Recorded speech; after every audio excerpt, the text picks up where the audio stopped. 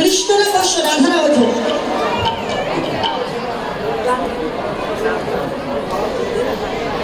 ঘুরে ঘুরে নাচ। অষ্টপদয় অঙ্গবন্ধ নাসিকাতে গেলে, অষ্টপদয় অঙ্গবন্ধ নাসিকাতে গেলে,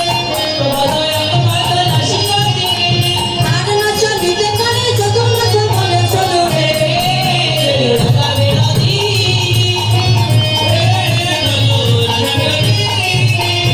রায় ধরে যাচ্ছে না নদী, এই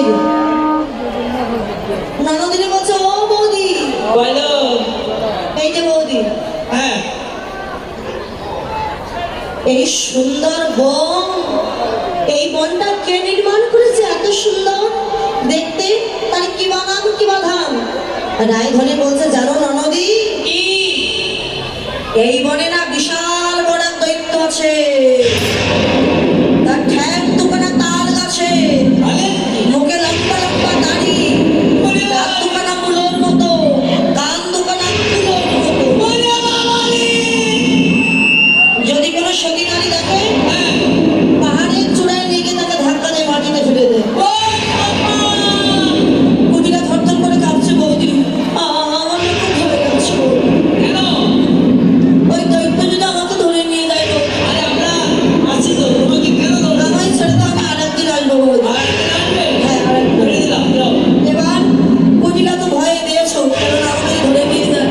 কুটিরা পালিয়েছে, রায়গঞ্জের সঙ্গে ঘরে কিনে ভালো মন্দিরে উপস্থিত হয়েছে। তো ভালো মন্দিরের সব গোছানো আছে, ব্রাহ্মণ না কুন্দ্রাটার কাছে, বটু ব্রাহ্মণের কাছে। বটু তুমি আসো, আসো মানে রায়ধনী সূর্য পূজা করতে এসেছে, তুমি এক্ষুনি কৃষ্ণকে ব্রাহ্মণ সাজিয়ে ভানু মন্দিরে নিয়ে এসো। তা বটু গিয়েছে কৃষ্ণের কাছে, ভাই কেন আজকে তোকে ব্রাহ্মণ সাজে সূর্য পূজা করতে হবে, পারবি তো ভাই? আমি কিভাবে পারবো?